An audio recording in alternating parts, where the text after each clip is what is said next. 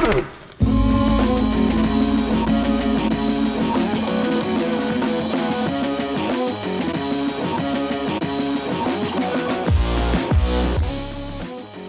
for a quick brush up. Last episode we saw Treetop Walk, froze our bollocks off at Elephant Rocks, cooked, 4-wheel drived, and we were heading along the beach for a pub feed at Denmark. So, where we left off? The beach run.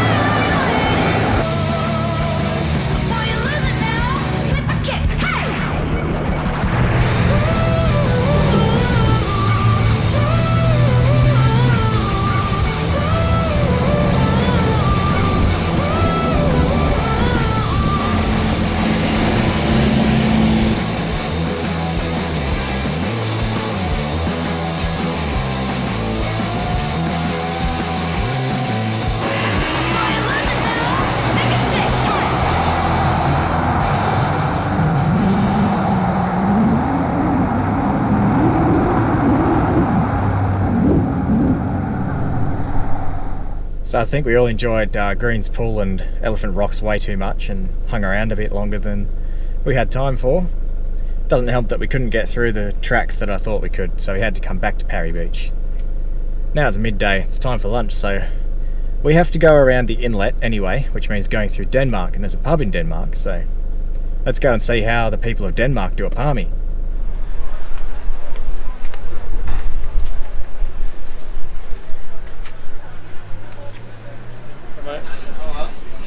Do you need one? No. We all got chairs. What was your order? Fish and chips. Oh yeah? No palmy? No palmy. It wasn't in the deal. Oh, the deal? What's the deal? $15 main and a $5 pint. So same thing, soup du jour, which I think is pea and ham, and steak sandwich, and a pint of ham. $20. You went Oh, me. I went the special too. The soup and the calamari. I'm on the hard stuff. Waters. Did you dedicate your pint to somebody else though? The $5 pint? Oh God. No, I didn't. Should have No, done. come on, you've got to be a team I player. didn't think about it. Well, seeing as you asked, I ordered the palmy because I'm true to my values as a human being. I'm going to see how Denmark Tavern does a No, they're mine. palmy. That is very in pajamas. Denmark Hotel. Chicken, Fuck off. chicken in pajamas, as the bartender called it. What a lad! Hey? Oh, fuck yeah. There is unfortunately, being a long weekend, a 35-minute wait on food, so we're going to be here for a while. we're going to be 3 pints deep by the time it comes out, and very merry. Garlic bread.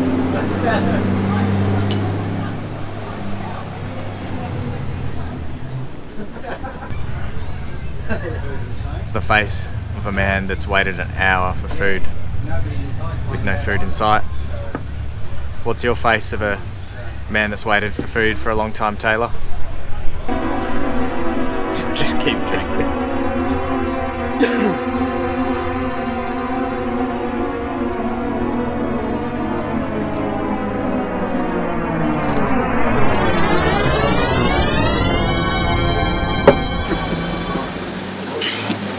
Exactly like that. This palmy better taste gold plated. It's cheesy. That's a win. Tastes like a palmy. That's what I like. It's a sign of a good palmy. So unfortunately, working on pub time, waiting so long for food has put us off schedule considerably, and we're not going to make Bornholm Beach. Which is a bit of a shame. We're going to have to go straight for West Cape Howe and Torbay Head instead. But that's life. Doesn't always go to plan. And you still get to see the southernmost point of Western Australia. Except Mark, he's leaving. From Denmark, it's just a half-hour drive to the entry of West Cape Howe National Park.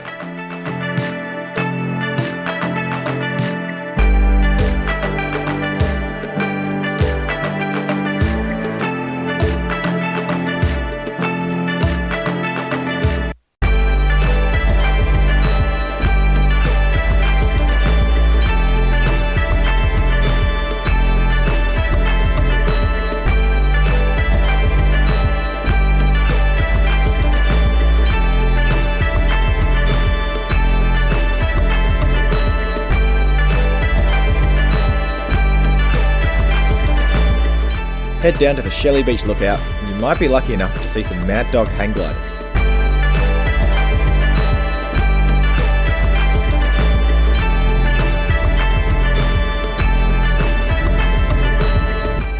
Shelly Beach below is a nice little campground and well known for its fishing, but to get to the southernmost tip of WA, Torbay Head, we need to lock in the hubs. West Cape Howe is pretty small, but there's heaps to see. The sand is very soft in some spots and a bit chewed up where there's no rubber matting.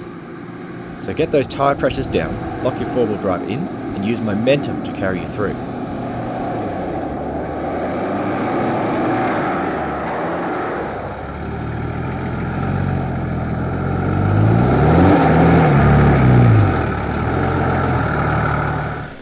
In the worst spots, the park's crew have laid down some erosion mat. Some people whinge about these rubber mats and I'll never understand it. They've got to do what they've got to do to slow the erosion caused by four-wheel drives, especially the two-wheel drive bloody send it brigade. The only beef I do have with these things is the gigantic nails they sometimes use to pin them down. That's just asking for a good tyre staking.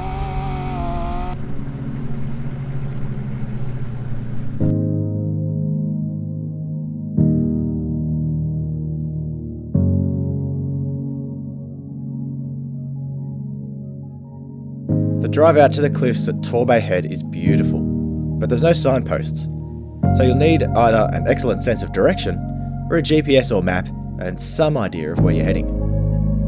If you're a patron watching this, there'll be some GPS waypoints for you to follow.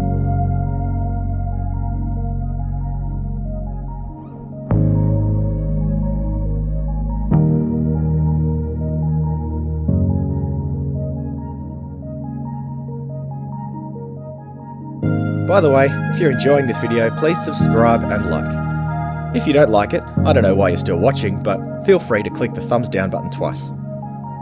For the real diehard fans, check out Intense on Patreon. We do cool shit over there.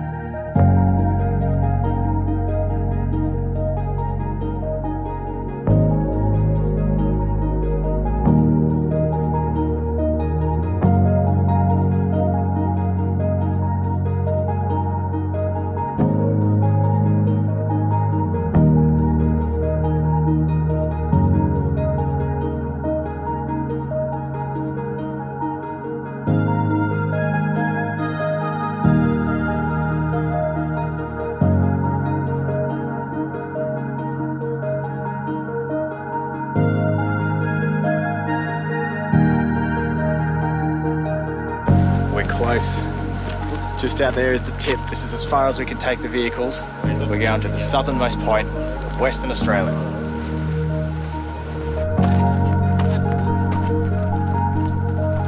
When you just don't get it.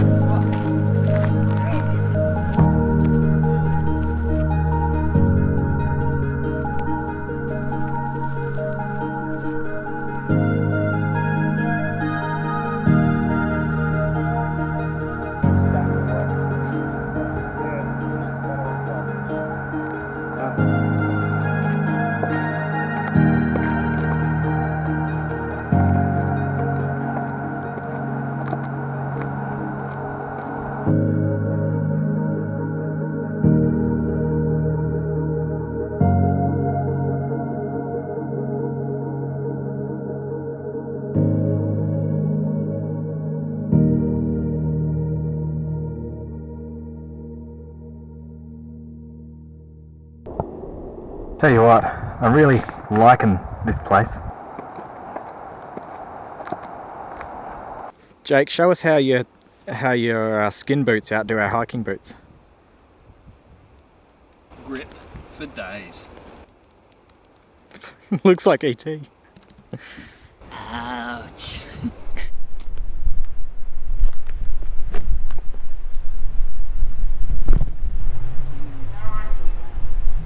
What are you doing? You heading out somewhere tonight? How fitting that at the southernmost tip of Western Australia, there is a geocache.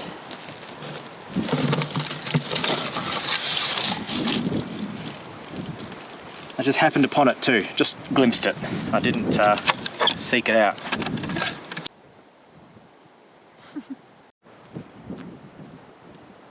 Yeah, we found the sign.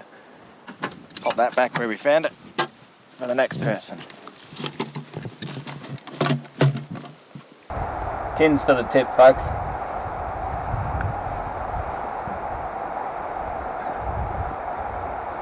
Well, I tell you what, if we were any further south, I'd be inbred. As Graham Cahill would say, I tell you what folks, it doesn't get more southern than this. Oh, you're kidding. It's a pop top.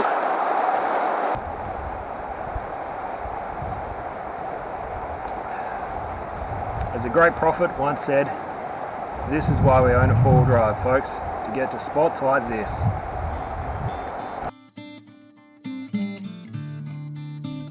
Now it's time to find and set up a camp for the night, and then cook up a mega feast. Not so long ago, just before it got dark, we visited the southernmost tip of Western Australia, and it was awesome. Now I'm going to do an awesome feed to match, which is called a beer cheese fondue. That's it, it's a bush fondue party. Here's what I'm going to be using in it. I've got one entire head of broccoli, some Turkish bread there, cut up some carrot, and that is actually a Granny Smith apple, and a whole handful, maybe two very large hands full of chorizo sausage. Pretty much any fancy sausage will do. None of the Coles 24 pack beef sausages that are mostly bread. And I've also got some cherry tomatoes in here. So they're going to be our dipping things. Now before I go on to making the actual dip, I want to brown up my broccoli and my carrot just a little bit. So I'm going to take it over to the pan there and put it on high heat, not make them soft, just cook them up with a little bit of sesame oil. It'll give it a nice nutty taste almost, and a little bit of honey, which is from one of our friends who keeps bees. So let's go over to the frying pan.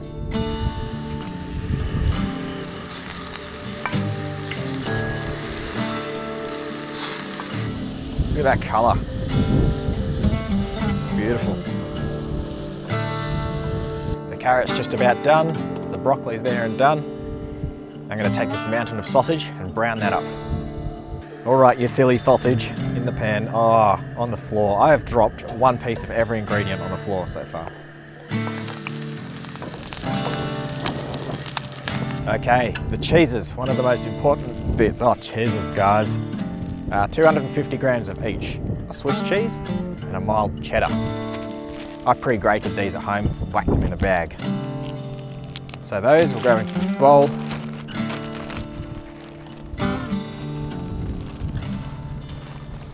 Then you need to put in a tablespoon of corn flour, good dose of pepper, a pinch of cracked chilli, more of a pinch if you really like chilli. And yeah, that's about it. Blend all that together. More sneeze activator. And more chilli. Okay, my pan, I've just given that a bit of a wipe out, still nice and greasy. So into that, I'm going to put about a tablespoon of mustard seeds and some cumin seeds as well, probably about a teaspoon of that. And we're just going to stir that around in the pan until the mustard seeds start popping. Now that the mustard seeds are popping away, we add about a cup of beer. Use a lager beer, no pale ales or anything like that, too bitter. Lager's just nice and simple, so I got Carlsberg there.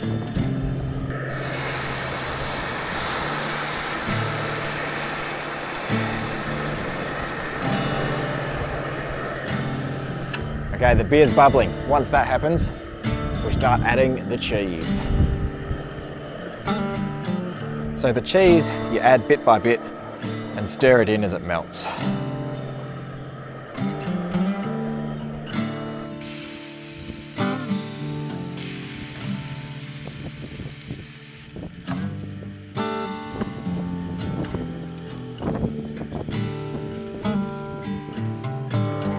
Just stir it until it goes nice and smooth like that. You see how it's all become one mass, and until it's bubbling. So it's bubbling nicely. Now just turn the heat down as low as you can.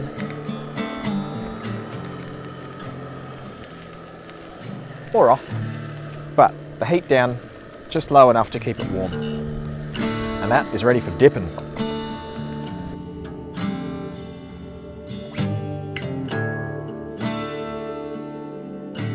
Here we go, taste time. Broccoli is my subject. Cheese it.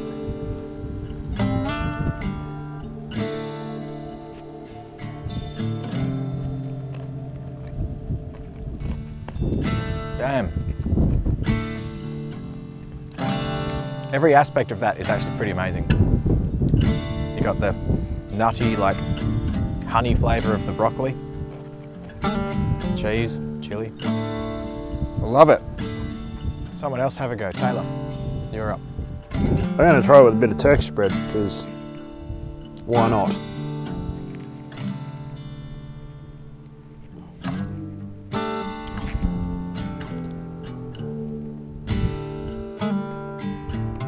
It's definitely cheese. That's pretty good, hey? You can get the cheese first, and then first of all it's just all cheese, and then you start to get like Yeah, wow. A little bit of chili, yeah, a bit of pepper, yeah, you can taste the pepper. That's nice. I'm going to do that at home now. Well, I'm going to go for a bit of apple.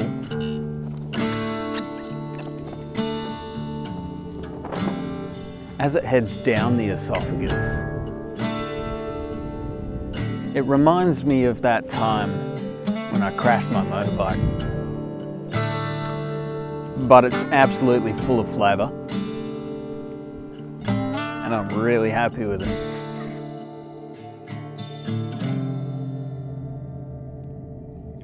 So everyone quite liked the cheesy beer dip, except Rhiannon, for whom it was too cheesy. Just like my jokes. How puntastic.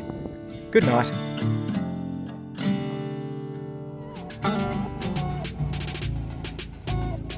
This morning, it's time to make like a baby and head out. It's been a wild ride of a long weekend, and I hope you've enjoyed coming along with us. Please do like this video, subscribe to the channel, and leave a comment if you have the time.